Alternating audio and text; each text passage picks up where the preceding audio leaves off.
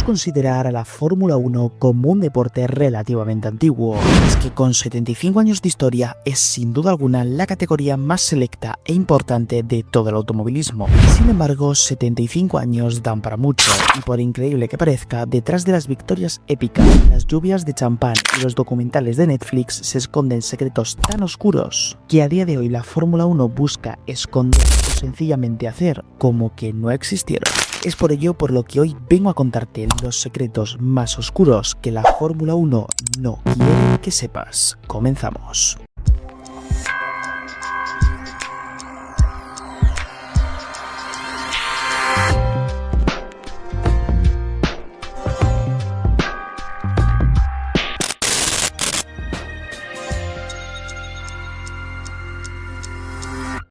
Para el primer caso no debemos irnos muy lejos, simplemente a la temporada 2019. Mercedes dominaba, lo hacía pese a un cambio de normativa y pese a llevar ya años en la cima. Y es que desde el año 2014 eran totalmente incontestables y nadie, absolutamente nadie, lograba toserles. Sin embargo, en el año 2019 algo cambió, y es que Ferrari empezó a mostrar una velocidad bastante inusual, sobre todo en circuitos de velocidad punta, reventando cronos e incluso incomodando tímidamente a Mercedes. Esto hizo sospechar a las flechas plateadas y las teorías empezaron a surgir. Mercedes no dudó en intentar que la FIA investigase esto, ya que los rumores cada vez crecían más y más. Las teorías aseguraban que Ferrari estaba manipulando el flujo de combustible. Hay que tener en cuenta que con los motores modernos la FIA limita estrictamente el flujo de combustible a 100 km por hora, para de esta forma controlar su potencia. Las acusaciones decían que Ferrari había encontrado formas de bular dichos sensores. Al parecer, esto lo habrían hecho con picos de flujo fuera de la frecuencia de muestreo del sensor y con inyecciones microcontroladas que no eran detectadas. Además, también hubo rumores sobre uso de aceite adicional quemado para generar mucha más potencia. La FIA se puso manos a la obra y no tardó en investigar el motor a fondo. Tras varios meses de investigación con muchas especulaciones y pocas respuestas, llegamos al 28 de febrero del año 2020, cuando la FIA anuncia lo siguiente: la FIA y Ferrari han alcanzado un acuerdo confidencial sobre el análisis del motor Ferrari de 2019.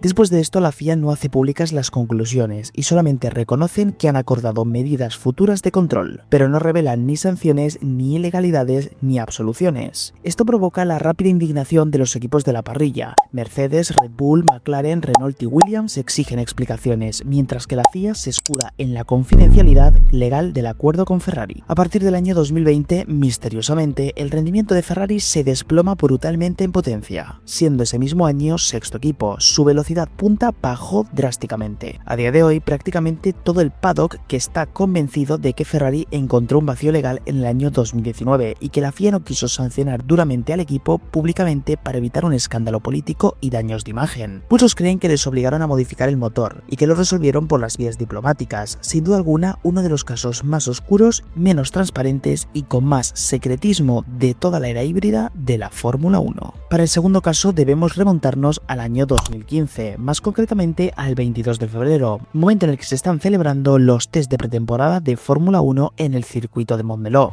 Eran unos test con gran expectación. Fernando Alonso volvía a McLaren, solo que ahora junto al motor Honda, su primer año juntos en esta era híbrida. Los test para ese punto ya eran un desastre. El McLaren Honda sufría constantes fallos de fiabilidad. Sin embargo, nada podía predecir lo que estaba a punto de suceder. Fernando sale a pista hasta que en la curva 3 pierde el control y se va contra el muro interior a una velocidad relativamente baja. El impacto no es violento, sin embargo, tras el golpe, Fernando queda inconsciente y debe ser evacuado en helicóptero. Las consecuencias fueron varias, como por ejemplo la pérdida de consciencia e incluso se dice que de la memoria a corto plazo. Estando en el hospital, Alonso fue diagnosticado con una conmoción cerebral y despertó del breve estado de inconsciencia en el que estuvo tras el accidente. ¿Quién eres? ¿A qué te dedicas? ¿Y qué quieres que te depare el futuro? Fueron las preguntas que le hicieron los doctores como parte del protocolo para todos aquellos que sufren este tipo de lesiones. Preguntas a las que el 2 veces campeón del mundo respondió lo siguiente: soy Fernando, corro en karts y quiero llegar a ser piloto de Fórmula 1. Fernando había vuelto a 1995, cuando tenía 15 años de edad. Fernando Alonso no recuerda nada. A estas horas de la tarde sigue en el hospital. Su accidente ha sido más que un susto. Se barajan muchas hipótesis sobre lo ocurrido. Alonso negó de que se haya sufrido amnesia o que estaba hablando en italiano, como también se especuló, aunque Ron Dennis sí que confirmó que su piloto había sufrido de amnesia. El asturiano necesitó de una semana para recuperarse y a la vez recuperar su memoria hasta el presente, marzo del 2015. Por órdenes médicas y para así evitar una segunda conmoción seguida, se perdió la recta final de las pruebas de pretemporada y el inicio de la temporada en Australia, siendo reemplazado por Kevin Magnussen. Todo lo que rodeaba este caso era un misterio, surgían rumores y sobre todo muchas, pero que muchas incógnitas. Hola, buenas tardes. ¿Qué pasó desde que Fernando impactó en el muro de Montmeló hasta que se lo llevó la ambulancia? Antena 3 Noticias tiene en exclusiva las imágenes de esos 12 eternos minutos. Es el impacto de un monoplaza que enseguida identifica. Mira, ese es el Alonso, tío, que está mareado. Ese es el Alonso, tío, que está mareado. Qué poco ha tardado el espectador en sacar una primera conclusión basada en lo que había visto antes, en cómo llegó el McLaren hasta ese lugar donde se paró. Juanjo Domínguez le ha enseñado este material a Joaquín Verdegay. Fue miembro del Consejo Mundial de la FIA, uno de los hombres que más sabe de Fórmula 1, les va a abrir los ojos. ¿Ha visto algún accidente más raro que este alguna vez? Pues no, porque lo raro de este accidente es que siendo levísimo, tiene un piloto inconsciente, con lo cual lo que te tiene que hacer pensar es que la pérdida de la consciencia se produjo antes del accidente, porque verdaderamente esto no es más que un restregón y los daños que se producen en el coche son prácticamente cosméticos, que se sepa no ha habido ningún daño estructural, es decir, el impacto no ha sido nada fuerte y encima ha sido deslizando contra un muro, que es lo que se pretende. Y aquí ya lo que se ve es que hay un equipo completo, no sé si es un equipo de extracción o son 2 o 3 doctores. Pero ahí lo que a mí me da la sensación es que más que un equipo de extracción está interviniendo un grupo de doctores, porque no es un problema extraer a Fernando, claramente lo que se ve es un problema de identificar posiblemente lo que le ha ocurrido y sacarle con tranquilidad. Si a mí me dicen que ha tenido una baja de tensión y que se ha medio desvanecido o que le ha sentado mal el desayuno, pues yo me lo creo, le puede pasar a cualquiera y ya me parece todo lógico. Por el contrario, como no me han dicho eso, lo que no me creo es 32 Gs, tampoco me creo la de 18 Gs o 14 que salió después. Lo del viento. Lo del viento no me lo puedo creer. Algo ha pasado. Algo ha pasado. Y aquí no mezclemos causa con efecto.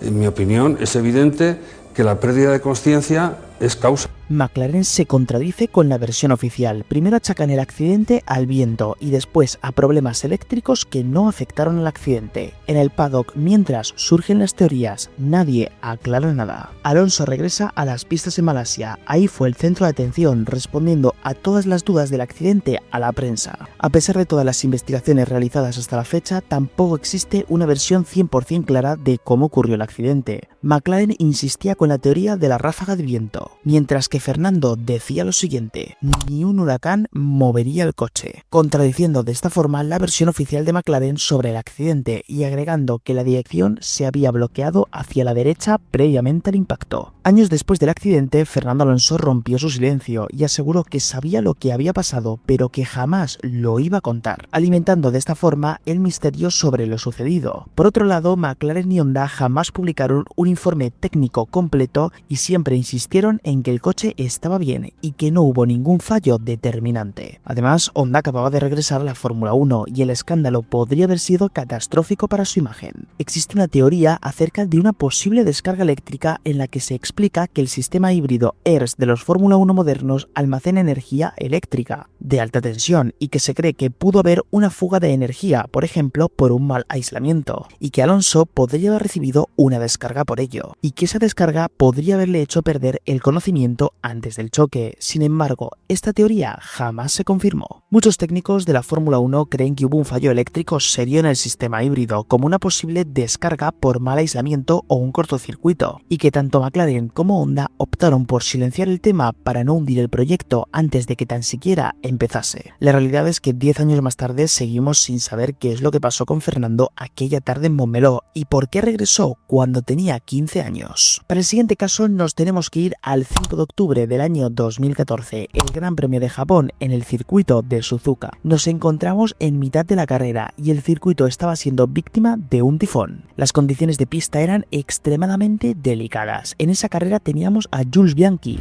quien por aquel entonces pilotaba para Marussia, un equipo pequeño y sin grandes medios. Bianchi era considerado una de las grandes promesas del futuro, apoyado por Ferrari. Se le veía como el posible sucesor de Kimi Räikkönen, pero todo se torció en la vuelta 43, donde Adrián Sutil se sale en la curva 7 por aquaplaning. En ese momento se activa la doble bandera amarilla y entra una grúa con ruedas a retirar el coche. Tan solo una vuelta después, Jules Bianchi pierde el control en el mismo punto y se sale también, solo que esta vez impactando violentamente contra la parte trasera de la grúa. El coche se mete parcialmente debajo de la estructura metálica y su casco recibe un impacto brutal. El impacto le causa inmediatamente lesiones cerebrales catastróficas. Bianchi queda en coma profundo y se mantiene hospitalizado durante meses. Primero en Japón y después en Francia, hasta que finalmente el 17 de julio del año 2015, 9 meses después del accidente, Jules Bianchi falleció, siendo la primera muerte en la Fórmula 1 en más de 20 años, destruyendo así la reputación que había logrado forjar la categoría reina del automovilismo como un deporte totalmente seguro tras el fallecimiento de Ayrton Senna. Pero realmente, ¿qué salió mal? Pues la verdad que varias cosas. La primera de todas fue la grúa en pista, sin safety car, y es que en condiciones de tan mala visibilidad muchos expertos creen que la carrera debería de haberse neutralizado totalmente. La presencia de un vehículo industrial en plena escapatoria es durísima de justificar hoy en día. El virtual safety car por aquel entonces tampoco existía. No se impuso limitación real de velocidad en ese sector y la doble bandera amarilla tan solo requería reducir la velocidad, pero se dejaba a criterio del piloto. A esto debemos agregarle la lluvia extrema, que las condiciones eran malísimas, que los pilotos iban con slips intermedios y que se produjo aquaplaning ante la pasividad de la FIA, que dejó seguir corriendo a los pilotos. Se cree que este suceso es el motivo por el que la FIA hoy en día es tan escéptica a la hora de correr en condiciones de lluvia, llegando a dejarnos imágenes tan ridículas como las de Spa 2021. El informe de la FIA se publicó meses después del accidente. Culparon a una secuencia de malas coincidencias y admitieron que el sistema no era perfecto, pero no reconocieron en ningún momento una negligencia directa. Muchos lo vieron como una forma de evitar responsabilidades, rodeando de esta forma a la FIA de polémica. Sin embargo, este accidente sirvió para implementar más medidas de seguridad en la Fórmula 1. Y es que a raíz de estos se introdujo el Virtual Safety Car. Se endurecieron los protocolos de actuación con grúas en pista, se revisaron todas las reglas de bandera amarilla y de doble bandera amarilla, se rediseñaron zonas de la escapatoria y años más tarde se implementó el halo que salvó varias vidas. Sin embargo, el padre de Jules, Philippe Bianchi, denunció la gestión del accidente y el caso ayudó a empujar el debate por la seguridad. Hasta el día de hoy, Jules Bianchi es recordado como el último piloto que falleció en un gran premio de Fórmula 1 y también como la razón por la que la Fórmula 1 ha salvado varias vidas años más tarde. Sin duda, una historia que la Fórmula 1 no está para nada orgullosa de recordar. Y hasta aquí el vídeo de hoy. Si te ha gustado, no olvides dejarme un me gusta, así como dejarme por los comentarios cuáles quieres que sean los próximos escándalos que te gustaría que comentase en el canal. No olvides agregarme a mis redes sociales para estar en contacto y de suscribirte y activar la campanita si todavía no lo estás, para no perderte contenido semanal sobre la Fórmula 1. Yo ya me despido, mi nombre es KimiF1 y nos vemos en el próximo vídeo. ¡Chao, chao!